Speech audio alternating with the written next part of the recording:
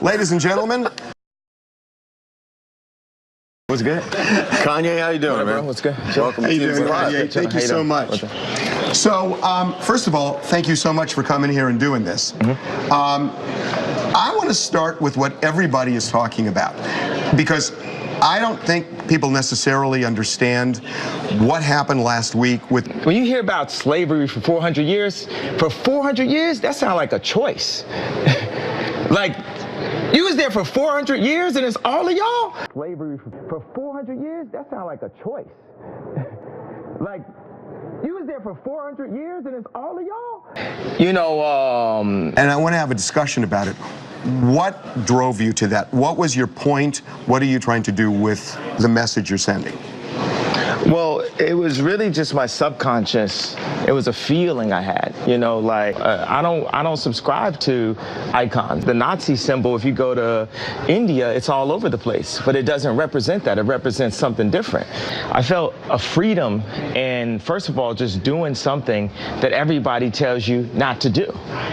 Like, you can't do it for this reason, you can't do this for that reason. So, and you know, I'm not coming up here to justify anything. It's, you know, you can't tell me nothing. I made the song, you know what I'm saying? Like, you can't tell me nothing. And also, or was it a bigger statement about free thought? What I mean, I'm an artist, right? So to ask an artist, there's infinite reasons. There's infinite reasons to the why an artist does something. An artist doesn't need suggestions. An artist needs paintbrush and a canvas. So this opened up a conversation. I'm probably gonna do the least good explanation of why. I'm just connected with the universe, period. You know, I'm just, and that's gonna come off whack. Don't try to wacko-jacko me for saying that. Because that's what the media is trying to do. And so they put a media takeout that said the Crips have a hit on Kanye West, right? And I said, wow.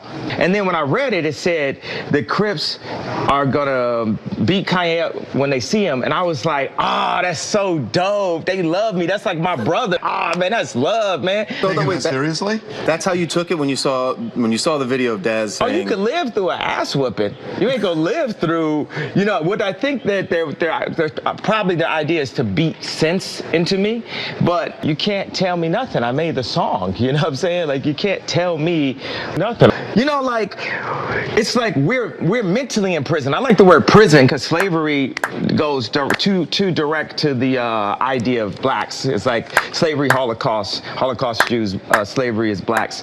So prison is something that unites us as one race, blacks and whites being one race, that we're the human race. We're human beings and stuff. And then eventually, you know... Can I go back to something you just said? Because I don't want to let it pass. You said that slavery was around for 400 years. At a point, it becomes a choice? Yeah, right now we're choosing to be enslaved. We're like, okay, so Ebro, I FaceTime on, and I'm there with Candace, right? And Ebro starts bringing up his version of facts, right? Candace just pulls out her Jedi lightsaber and just, you know, chops Ebro's head off with facts. Then Ebro FaceTimes me the next day, and he's talking about the scoop and poop. He wants to talk about music now. The kid, if you ask the kid that stood in Tiananmen Square in front of the tank why he did it, he might not be able to explain that. But you can't diminish that moment if I can't give you the direct explanation. But that kid had a righteous point of view that he really believed in, and that's why he was standing in front of the tank. My righteous point of view is free thought. Now, if you want to ask me, I don't have extremely strong political opinions. I've never been into politics. Can I give you my translation of what happened last week and tell me if it's right? Okay.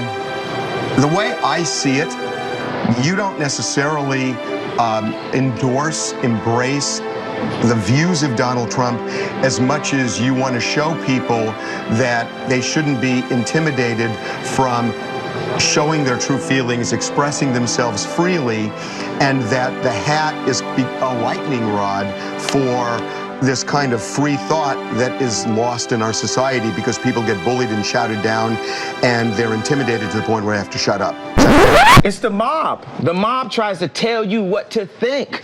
The mob tries to make all blacks be Democrats for food stamps and stuff. It's the mob. Like, and by the way, I also represent the world. I represent not even the future. It's the now. We're in 2018. We're in the now, bro. You know what I mean? And I represent the now, and I represent what the possibilities of a new peaceful planet. We're at the beginning of it. You saw the North Korea, but people denounce that. And you say, you said this thing, you put this whole thing. People love to say all, every, blah, blah, blah. It's not that. It's 100 sides to every story. So if you talk about Trump, yeah, there's a laundry list of things that I don't have in front of me that my friends would text me or write me emails and say, he did this. Some of them Obama did too, but it wasn't, it's loud and said, wow, the room is quiet in here. The room is quiet now. So you have their attention. Okay. And then there's positive things, right? And that never comes out. That's when they refer to fake news because it can be skewed and stuff. It's like the media and the liberals and the echo chamber and all that is having the most sore loss of all time. Like that, we're gonna just keep putting out, it's like torture porn. We're gonna keep showing you negative, when these are human beings. Even like with George Bush, people said, don't apologize. I'm like, wait a second, I just saw George Bush pushing George Bush Sr. in a wheelchair and he just lost his wife. Do you know how bad I would wanna go to George Bush and say, I'm sorry for hurting you. I was an artist, I was hurting when I went up to the telethon. I said something in the moment, but when I look at you as a dad and a family member, I'm sorry for hurting you. Think about Obama. Obama was the opioid to our pain. He pacified us, but he pissed the Nazis off even more. Hold on, bro. I'm on a wave right here. Okay. All right. You talk every day. All right. This is with the love. Give me a hug. I don't mean, but come on. It's all good. It's all good. Let genius be free. So, you know what Obama would say? He'd be like, man, if you're this, blah, blah, blah. I'm not a white supremacist. I don't support white supremacy. By the way, white supremacy is a redundant statement in America. Whites are supreme in America. That's what we taught. We start putting these ideas and ideals on people. That's why we are in a simulation. When you're 3 years old, 2 years old, you go and you hop up on a coffee table, and then your auntie that you don't really like comes to you and says, don't jump on that while you playing. It's a coffee table. Now you're 3 years old. You don't care about coffee or a table. This went from being something that elevates you while you're playing to something that is a distraction,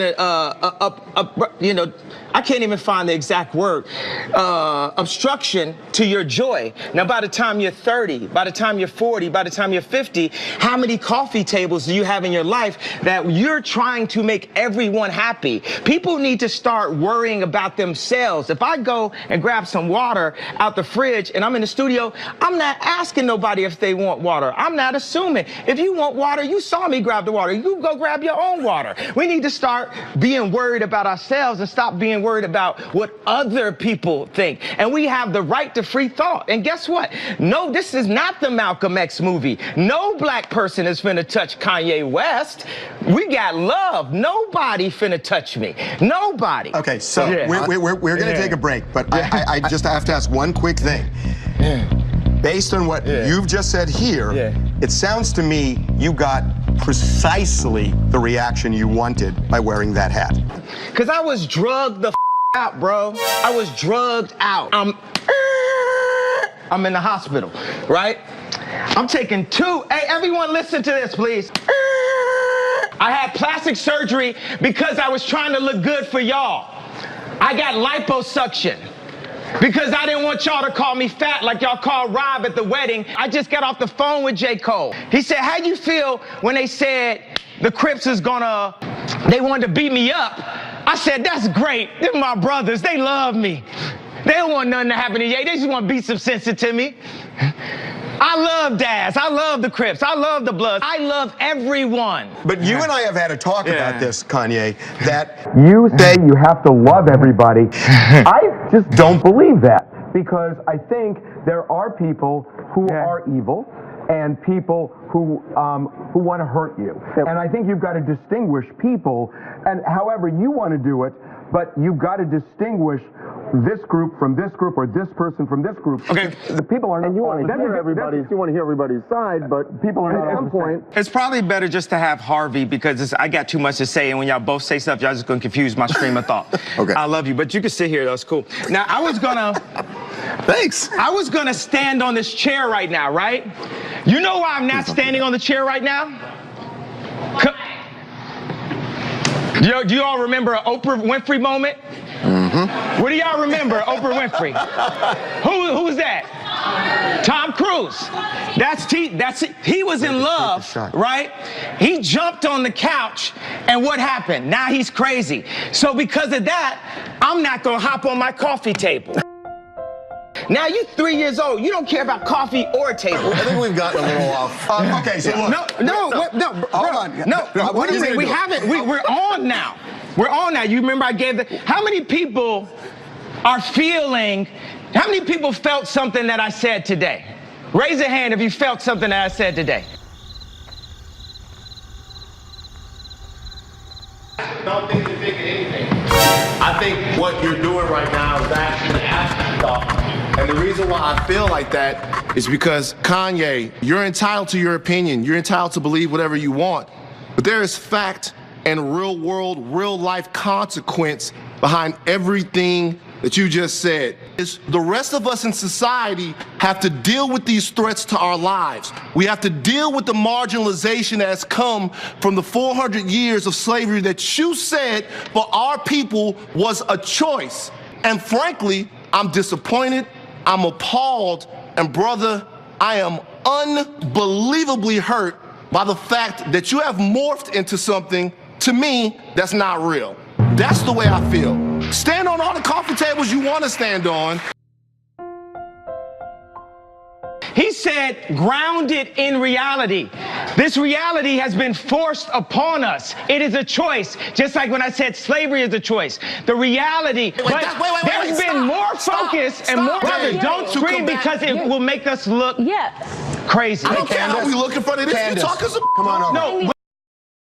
No. I think he might want to fight me, but I want to give him a hug. Okay, but like, let's finish the conversation and then more. what Kanye just I love you, and I want to give you a hug. I feel like you want to fight me right now, but I love you. I don't fight with my fist, man. I've been through that. This is what I'm saying. So if I come over there, you're not going to fight me? No, I'm not going to hit Kanye West and TMZ.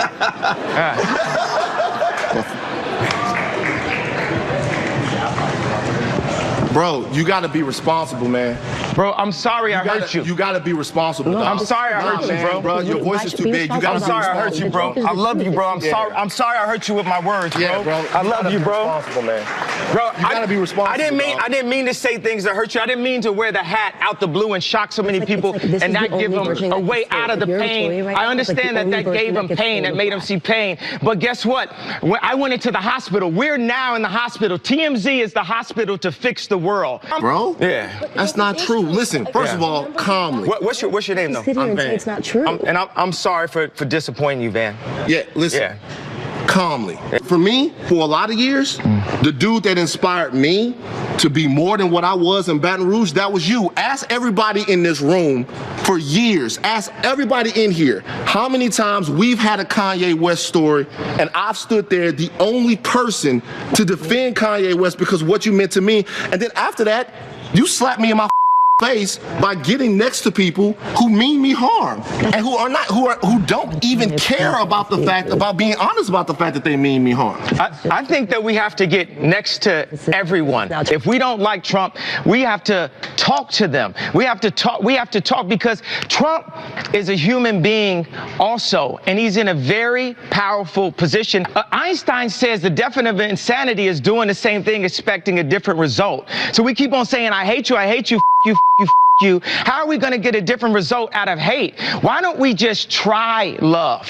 Why don't we just try love? Why can't it be okay for an influential rapper in the black community to go up to the president and talk to him about how we can make a change one by one? We have the resources for a peaceful world. I believe that Kim Jong-un didn't believe that Obama was crazy enough to come at him. You know, sometimes you need some crazy to change something. Steve Jobs is crazy. Now we all on Steve Jobs' phones. They say Trump's crazy. They say I'm crazy. But I'm here to show love, and we're gonna make it through. I know I disappointed you today, brother, and I know I disappointed the black community when I wore the hat, and I'm sorry for disappointing you. But like I just told J. Cole on the phone right now, it's a bigger plan, and I'm just doing what the universe told me. Now, I'm not drugged the out, but I did pop a 911 yesterday before I got here to make sure I didn't prove everybody right. So I do think that pharmaceuticals can be extremely helpful. Everything in moderation, though. Kanye, we are going to take a break right now. We are back, and one of the reasons I wanted to do this was forgetting about particular views, issues.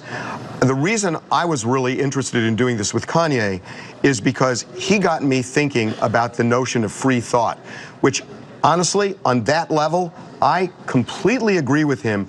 I think free thought is almost dead in this country, that people are bullied into feeling a certain way, and if you don't believe what somebody else does, they will bully you and boycott you and try to kill you. And that's what I was connecting with, not specific issues, but you tell us what the root of all of this is. What are we talking about? Are we talking about free thought, free love? What is it? It's your auntie that you don't really like comes to you and says, don't jump on that while you playing. It's a coffee table. Now you're 3 years old. You don't care about coffee or a table. I want to show people that it's okay to screw up and you still can. We are out of time, but I got to say, one of the reasons I wanted to do this, people can disagree with, you know, lots of things in this world. And, you know, I don't agree with everything you say for sure. But what I love. I just love Trump. That's my boy. Opioids.